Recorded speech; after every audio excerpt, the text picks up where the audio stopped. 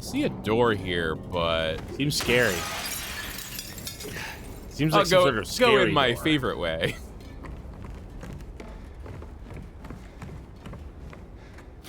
The window. Is that anything? The window. Yeah. That means way. Oh, okay. Yeah. Like Taoism. Yeah. Because the window, that's your way in. That's your way in. Yeah.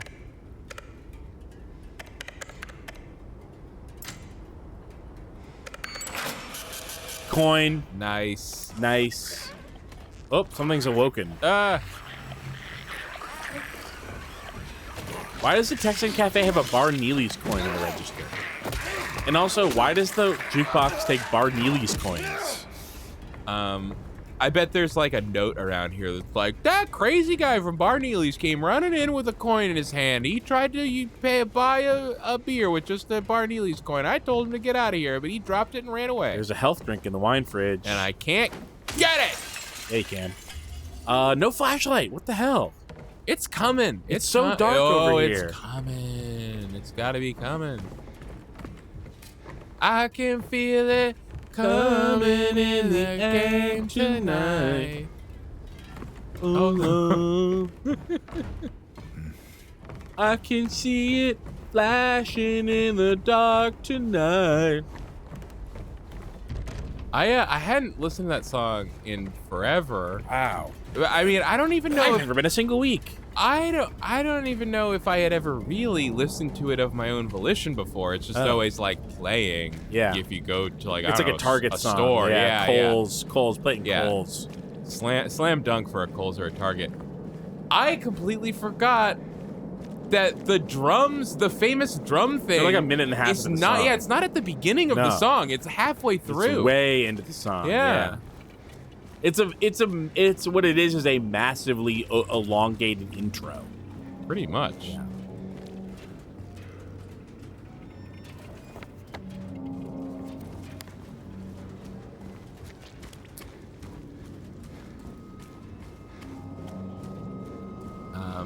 Keith has been disappointed by the lack of cutscenes thus far in the game. Yeah. Though I do believe it was basically this way in the original. It kind of opened with a lot of wandering in town. Just the only stuff I remember is like the bowling alley. Cutscenes, And yeah, you know, I know what you want. You want him to ask how he could just sit there and eat pizza. It's what we all want. That's what we all want. It's what we're all waiting for.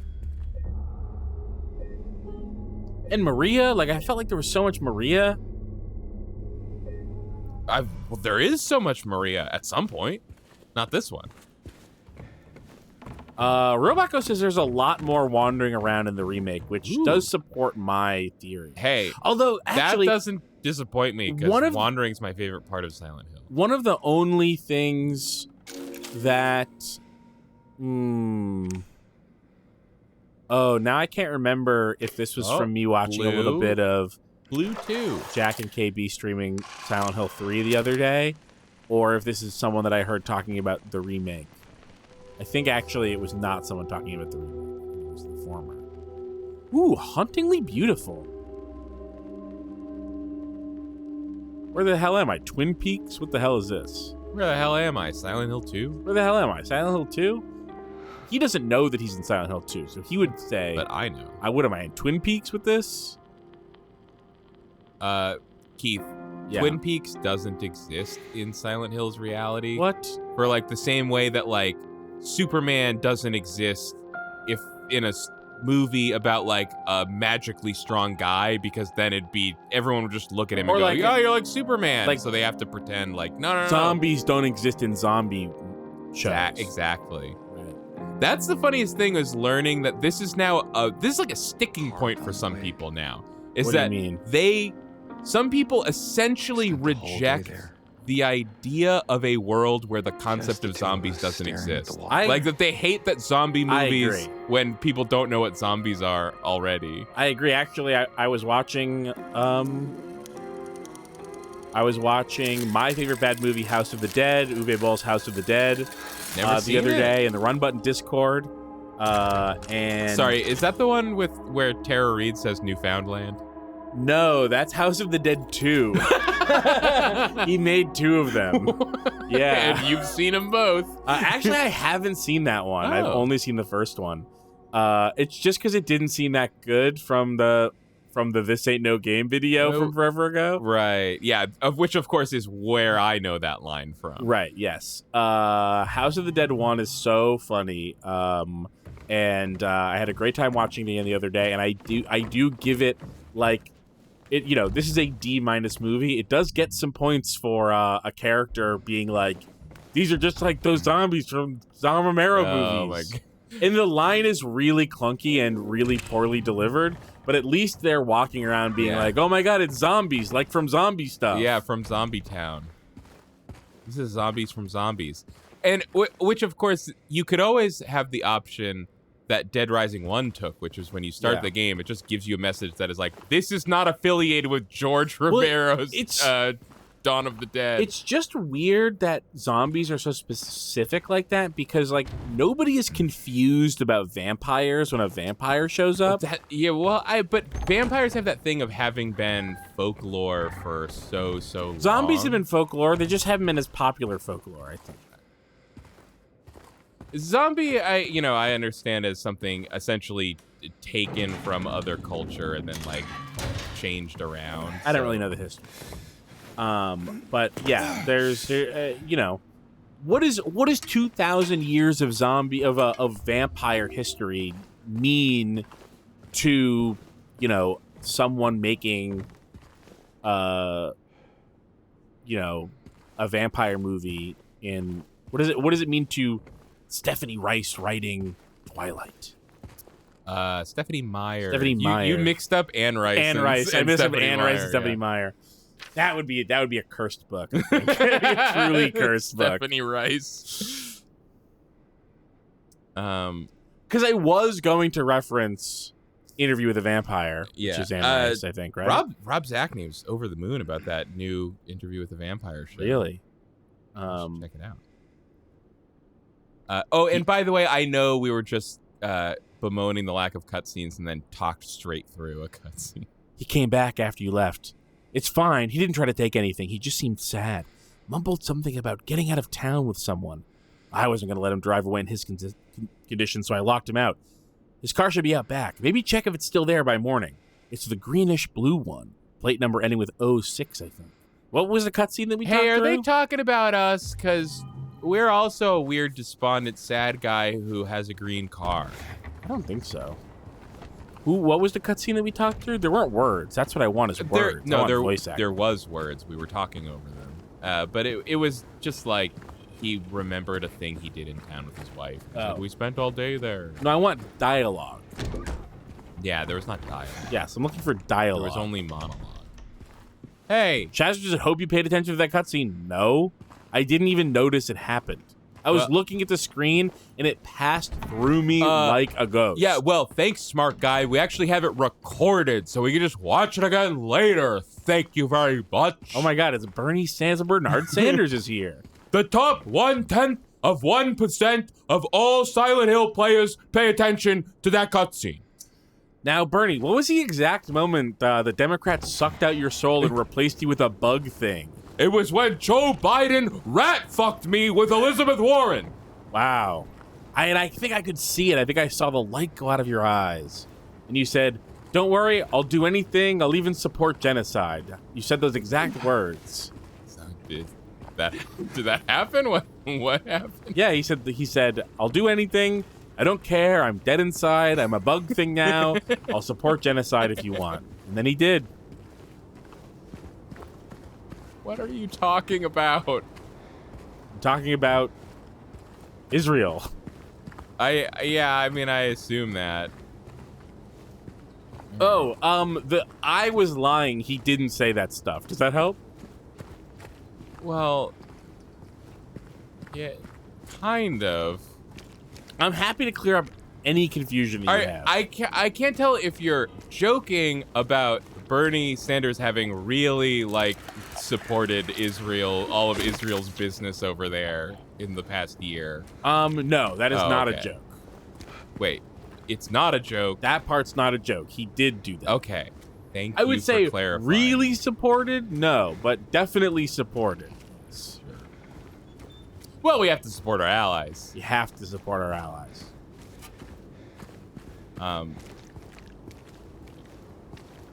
We can't just do one thing for decades and then stop doing that only because it's abhorrent. Yeah. I mean, what about America has ever screamed doesn't support genocide? Clearly not the genocides we've committed. Pavetti says the cutscene was about how they spent a day together at the park by the lake. Good for them. Well, I don't know why you told us that, because that sounds like a bunch of information not relevant to us or anything we're doing, so I'll just go ahead and disregard it.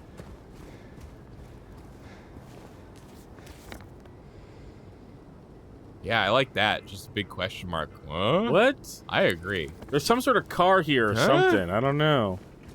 Maybe the car isn't here. It's a clue that it is us. Oof. 06. Well, there it is. There it is. Green and this car. Is there it not is. the car that we drive. No. And that is Shirt pile. Normal shirt. normal shirt pile. What if there's a head in there and it talked and even like made jokes? That would, I think, be a good addition. That'd be great. They keep doing Yeah, this. I don't like that. That's not. Just let me check out my fucking items, man.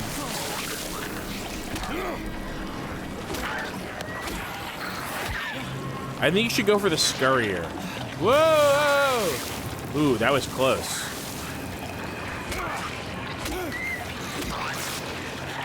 Ooh, that was really close. You get some dodge iframes, looks like. More like get out of dodge iframes, right? Whoa!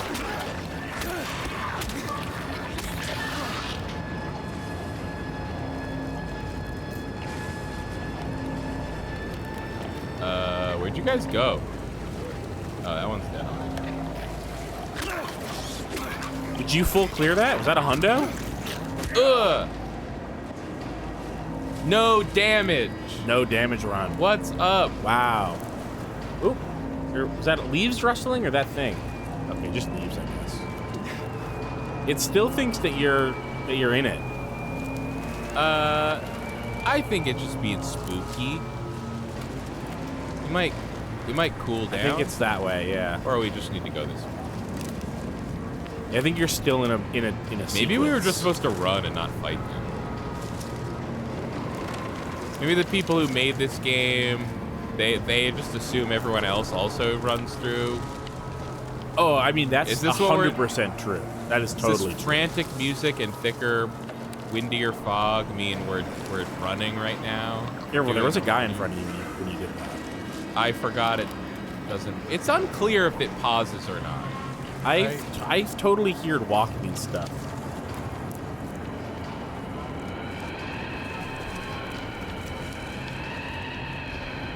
That's a creepy noise. Wasn't a fan of that one.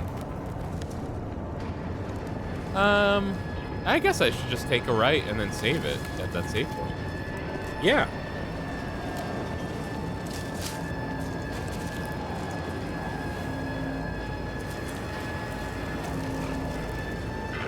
Goodbye.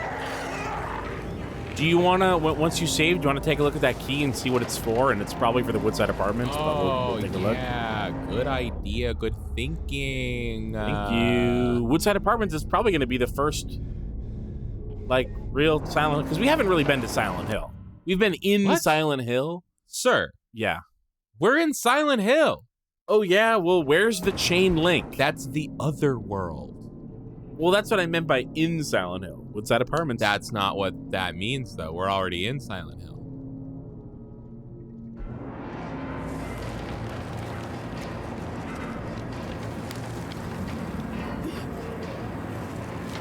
Swing that little sword.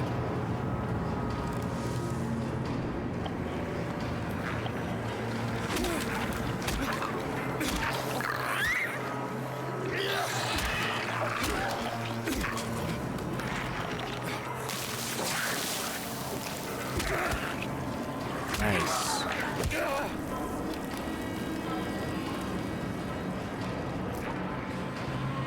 I'm bored now. Yeah, you're bored of this? You just got done with Silent Hill? Well, I'm bored with fighting these guys. Oh, okay. Especially when there's this many of them. Sure. Are we headed to the Woodside Apartments right now? Is that where we're going? It's a lot of guys.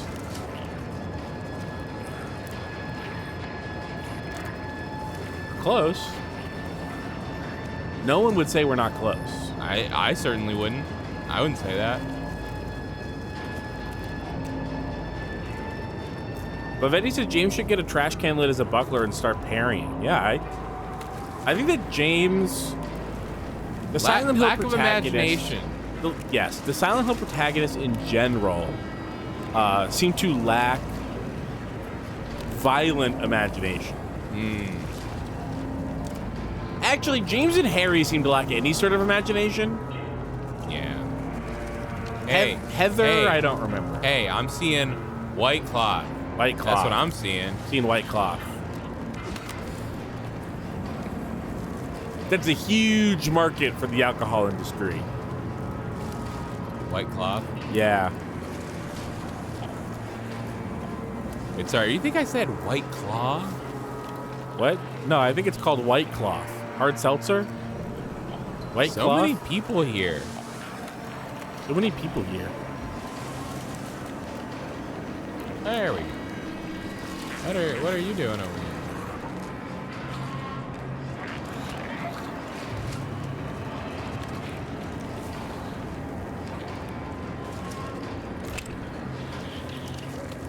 There we go.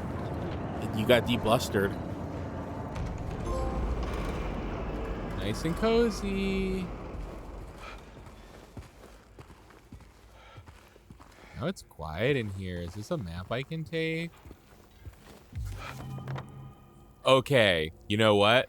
We are in Silent Hill now. Yeah, we are. Look at that. Look at all those numbers. Don't you love it?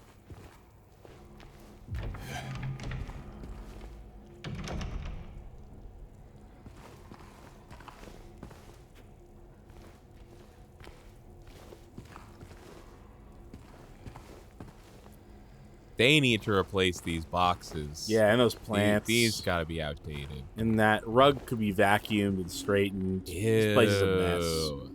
Gross. Gross. Honestly, the fact that they don't even care enough to make their environments look nice makes me not want to play this game anymore. I literally couldn't tell that that was a cloth. That was a weird effect that just happened. Oh, fuck. That's a full puzzle. Oh, boy. Ooh. This is a writer's desk. 3 bright coins in the 5 holes be. First sits the maiden underneath the tree. The wind from below the maiden doth blow. A beautiful flower alone has to grow. And here comes the man, so sleek and so fine. In the pale moonlight, his eyes doth shine. Thank you to Jake and the 5 others who have purchased the Silent Hill 2 Remastered Fund post on contentburger.biz. If you want to contribute to us having to buy this game today to play it, or to, if you don't care about that, if you're happy that we bought pizza. And we also, we just spent a lot of money on pizza. So if you could help us out for the pizza. If you don't care about Silent Hill, but you do care about Kyle's in almost insane craving for a deep dish pizza.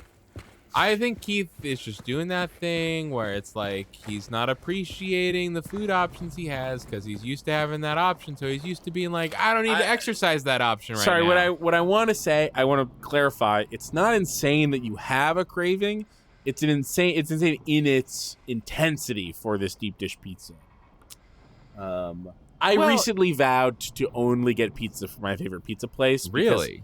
Yeah, I think I mentioned this to you. Like, you had asked... Pizza cassette? I mean, sorry, Penguin cassette, though. Penguin cassette. I like Penguin that. cassette. 10 cartridges. Oh, these are bullets. These are bullets. Those are bullets. Yeah. I thought this was a cassette, but it's actually cartridges. 9mm bullets. Cartridges instead of a cassette, huh? Classic run button scenario. We opened the wrong gift first. On Christmas morning. We know now that we're getting a Dreamcast for Christmas. That did happen to me for my PS2. I think that was like the only game system I got from my like mom for Christmas. But she did do the thing where she put the console last behind the tree and all the games and stuff in front. Yeah.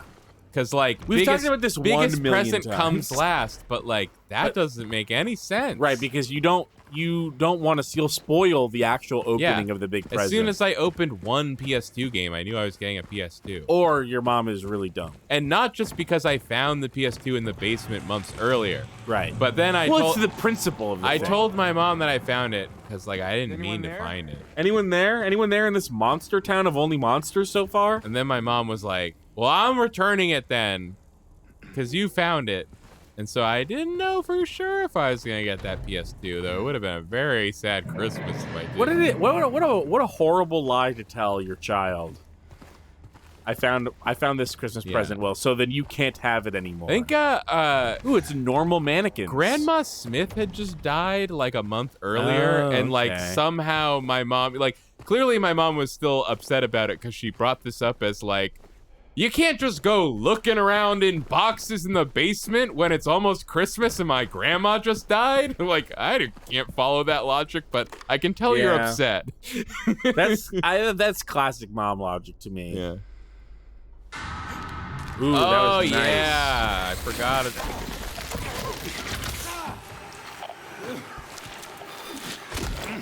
Hey. Fuck. These, there's something about the look of this one that's not doing it for me. I like it. I like its sort of chittering speed. It really got you, though. Well, I just mean compared to the original. Obviously, I just don't this is like remember an how the iconic original goes. enemy. Yeah. This is the first. Hurt. I should heal. Definitely should heal. This is the first hint to observant players that James is a leg man.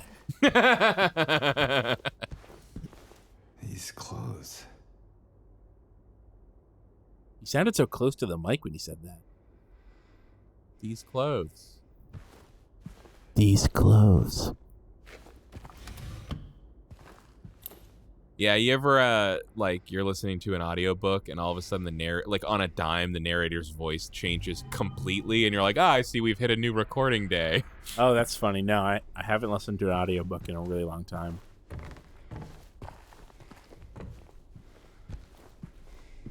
One of my favorite audiobook things was the narrator Frank Muller was reading The Regulators by Stephen King.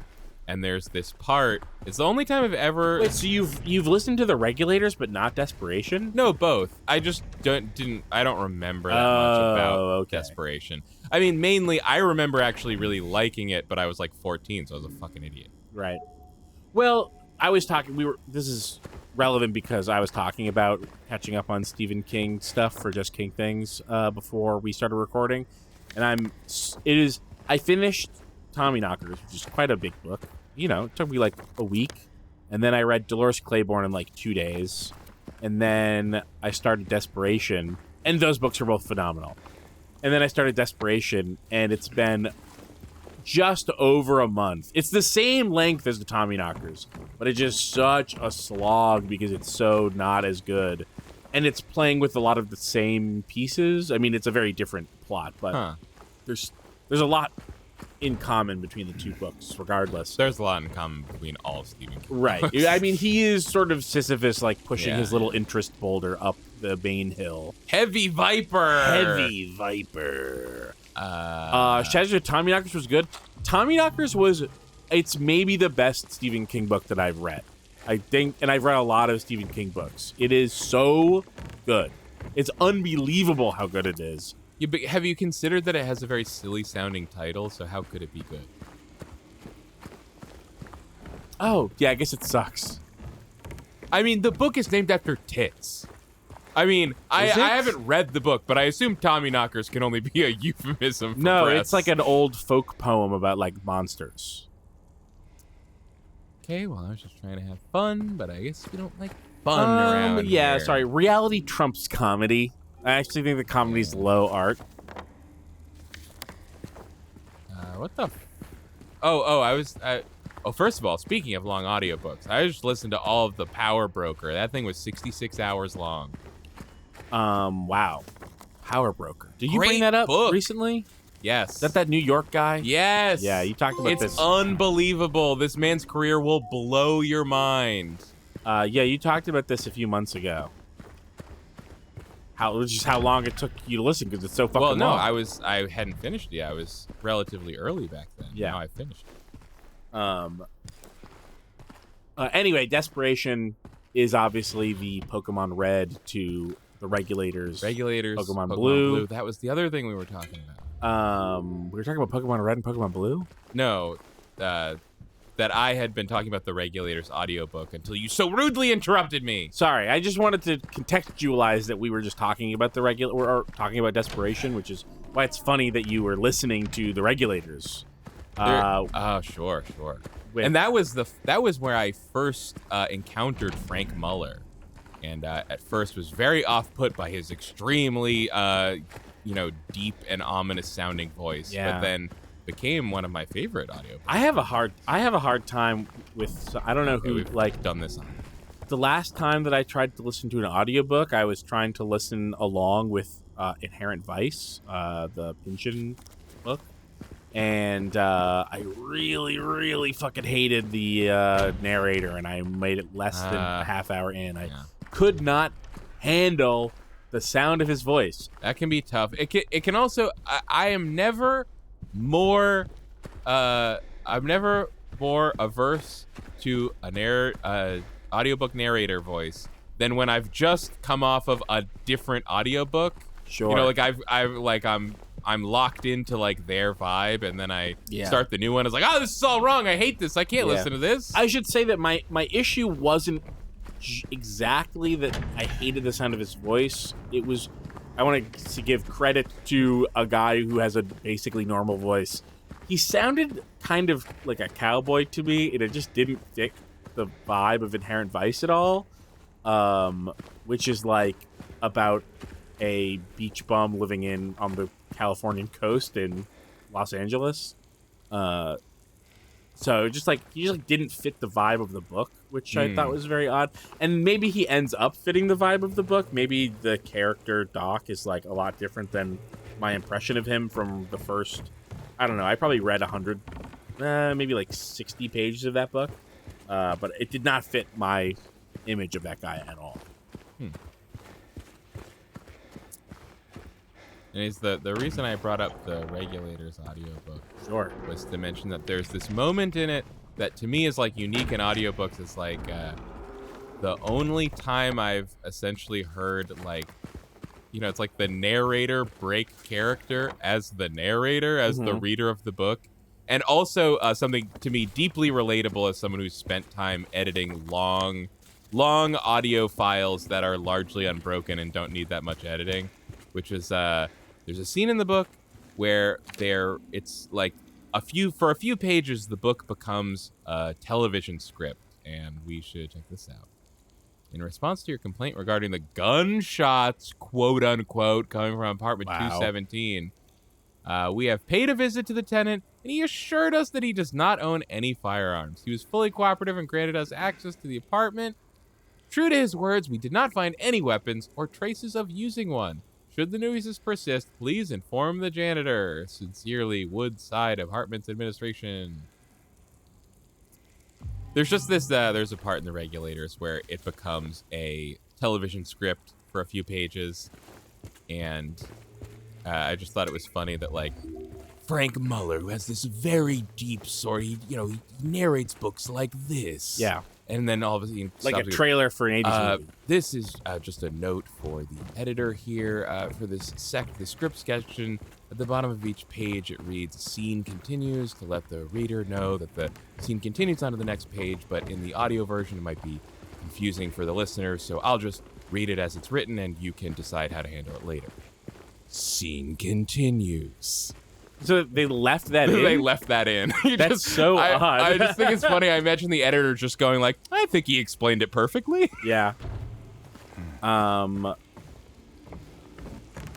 Chester said, I looked at Tommyknockers on Wikipedia, and apparently King hates the book now. Yeah, he's talked very negatively about the Tommyknockers, I think, a couple times, which is crazy. What does he know about his own? He doesn't fucking know anything. Never listen to an artist about their own work. This is a guy, I think that's wrong. I think that you should listen to an artist about their own work, but that doesn't mean that they're right about it. Yeah. And Stephen King is someone who's proven time and time again that they don't know the difference between good things and bad things, or else he wouldn't publish so many garbage books. Yeah. Like, the fact that he likes Desperation and doesn't like the Tommyknockers. He likes Desperation. Yeah, but has the ability to write both, like, is insane. It doesn't make any sense. That's straight out of the dark half. Straight out of the dark half. Dark half good.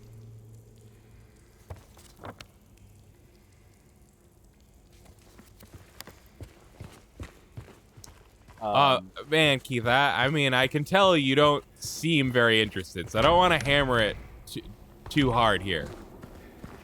Hey. The story of Robert Moses is ridiculous. The Power Broker is a fantastic book. You should strongly consider checking it out. Okay.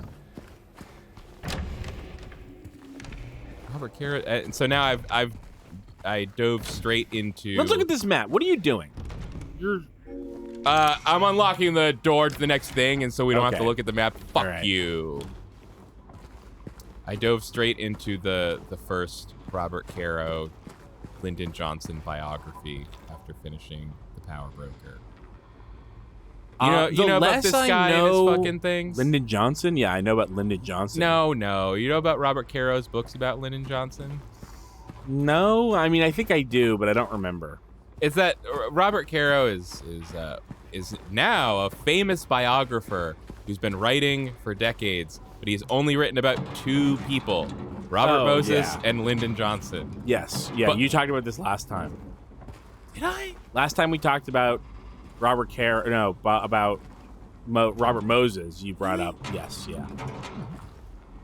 That's why I sort of thought that maybe I knew. He feels like he justifies it. This is why I love Caro, is he's the kind of guy who feels like he has to give you every detail or you won't have the full story. It's like you really can't understand it unless I explain how the soil of the Texas Hill Country informed everything about living there. And then you're like, that seems a bit extreme, Robert Caro. And then you read it and you're like, I'm sorry, sir, you are completely right. The soil makeup of the Texas Hill Country was essential to understanding the place that Lyndon Johnson grew up in. I don't need to know anything except the details of his massive hog. Yeah. I just feel like I'm at a point where the less I'm reading about specific people in American history, the better. I don't need one more second of my day devoted to shitty Americans. Could be important, though. I'm feature complete in terms of knowledge about America. Like, there's nothing about Lyndon Johnson that's going to convince me that the United States isn't a criminal state that deserves the worst possible things to happen. Whoa. Who told you that was the point of these books? I'm pretty sure this is a book that's all about check out how insanely corrupt this guy was. It's not. Well, I'm just saying I'm already there. I can't get better or worse. I don't need any more information on it. I cannot co-sign the position that one does not need to learn more about history. This isn't history. This is Lyndon Johnson. It's different. Oh, hold on. Walter Sullivan. Wait a second. Walter Sullivan? Hey, what is that like a character from a different... Yeah, that's Silent Hill 4. Walter Sullivan's a serial killer. 4. The Locane siblings murder. Perpetrator commits suicide in custody. The culprit in a recent homicide case was found dead, having taken his own life on the morning of the 22nd in his jail cell. Okay. Yeah. Blood loss from severing the carotid artery with a soup spoon buried 2 inches in his neck. Wow. Sullivan was apprehended on the 18th of this month on account of brutally murdering Billy and Miriam Locane. Even though Walter Sullivan did not strike a former schoolmate from his hometown of Pleasant River as someone capable of murdering children, the schoolmate admits to having witnessed Sullivan in a state of severe paranoia shortly before his arrest. He was blurting out all sorts of strange stuff, like, he's trying to kill me, he's trying to punish me, the monster, the red devil, forgive me, I did it, but it wasn't me, he recounts. I guess now that I think of it, it was kind of crazy, the schoolmate concludes. Now that I think of it, he was kind of crazy. Robot Ghost says this note was in Silent Hill 2, they just make Sullivan into more of a thing in 4. Yeah. Cool. Thank you. You absolutely do not have to hand it to Silent Hill 4. Thank you, Silent Hill liker. Thank you, Silent Hill. Thank you to all the Silent Hill likers who stay with us despite that. Absolutely.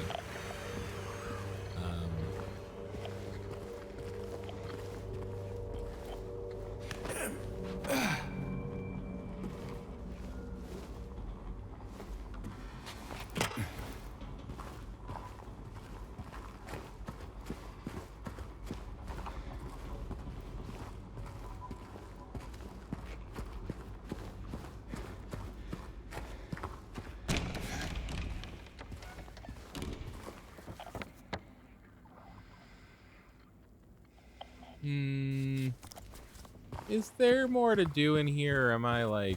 I don't... yes, there's absolutely more to do in here. You have that whole puzzle that we haven't interacted with at all. Oh, good point. And look at all these doors without any marks on them.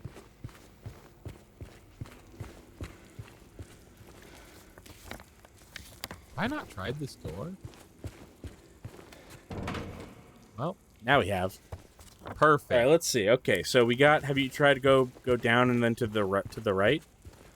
This way? Yeah, to the right. You see the map? Okay, there was a door down there that you weren't in. I don't know if that squiggle was there yet, but I think the squiggle might not have been there. So I guess we go back up. I feel like I walked in a circle in this area 10 times and somehow left off. I think that we should do less wandering and do more diligent with the mapping. I think I've been. Why don't I let Isaac know that the food is going to be here soon and that you're out for his... Okay.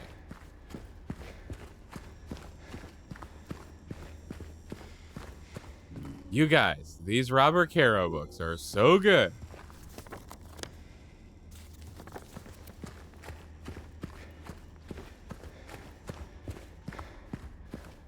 The only problem is, right now, 99% Invisible is doing like a read-along podcast thing with the Power Broker. It's got Elliot Kalin in there. I love Elliot Kalin. And Elliot Kalin loves the Power Broker. It's so much fun to listen to. The only problem with reading these Lyndon Johnson books now, there's no Elliot Kalin podcast read-along series for that one. I don't know when I'm going to get to hear Elliot Kalin talk about these Lyndon Johnson books. Maybe never.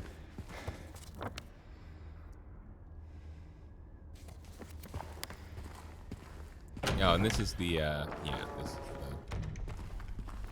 Oh, my God! I was like, this is the... I was about to say flashlight room. And then I went, wait, but we never got the flashlight. Where's the flashlight? And then, like, yeah, we did. It's right fucking there.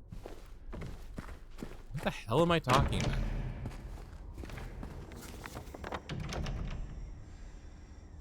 Oh, done here. I'm pretty sure we already basically did everything in this stupid area here.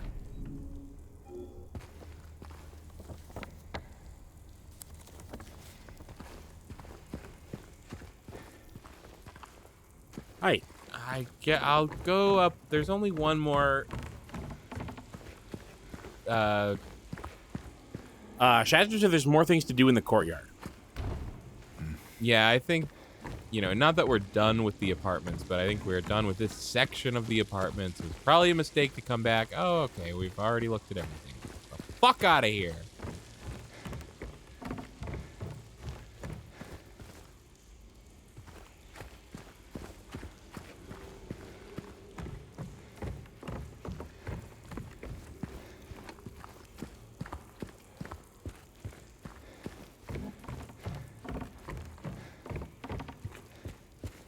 Talking more about Robert Caro.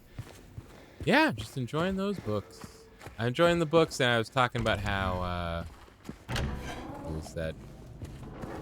The 99% Invisible podcast is doing like, I guess this year is the 50th year of since the Power Brokers release. Oh, okay. Not the 50th year of 99% Invisible. That would be crazy. No, that would be crazy because podcasts didn't even exist back then. No, yeah. They would have had to do something else. Some sort of like...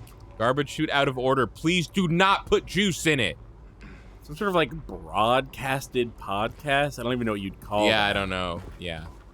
Wow, broadcast. It's some kind broadcast. Of play on a podcast. I see what you did there. Yeah. It makes sense. It's like something instead of came out of me. I didn't sending realize it to I an said it. iPod, you I guess send it broadly to many people at Yeah. once. Interesting. Broadly casted. Broadly cast. Yeah. Right there.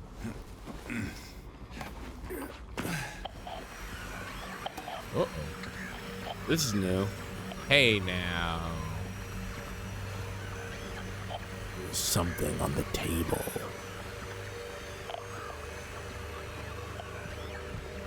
Something on the table? The devil, you say? No, not the devil. I think it was like a note. Didn't we already read that note? I don't know. Have you been in here? Yeah. Yeah, okay. I'm still having a hard time, like, feeling anything about this. Like, I don't really feel positively or negatively about it. You know, it's not until you say that I think I feel the same. Like, I'm not... See, I thought this video was going to be a lot easier back when I thought they might, like, make a bunch of dumb decisions that would make it not a good Silent Hill 2, but they didn't do that. Yeah. So well, this is not the only facet of this Let's Play. This is a project. Okay, sure. Yeah. Yeah, I'm leaving open the possibility. Whoa! That made me jump a little bit. Wow, you're also leaving yourself open to attack. Ah, I dodged. This thing's a fucking... There we go. Nice. I think the thing here is you gotta dodge after 2 hits. Yeah. You have a bunch of health drinks, though. You want to take them? You have like 6 or 7. Hey, why don't you fucking let me make my own decisions for myself? Okay. Maybe that's fine. I don't need a health drink Yeah, right now. whatever. Up to you. I don't need a man in my life. I don't need health drinks in my body because I have everything I need for myself. Okay, that's fine. And I'm not doing this because you said I should, but I am thinking now that I could probably use like a health drink or something. Yeah, it's fine. But not because you suggested it, but because I think it's the best course of action. Right. I believe you.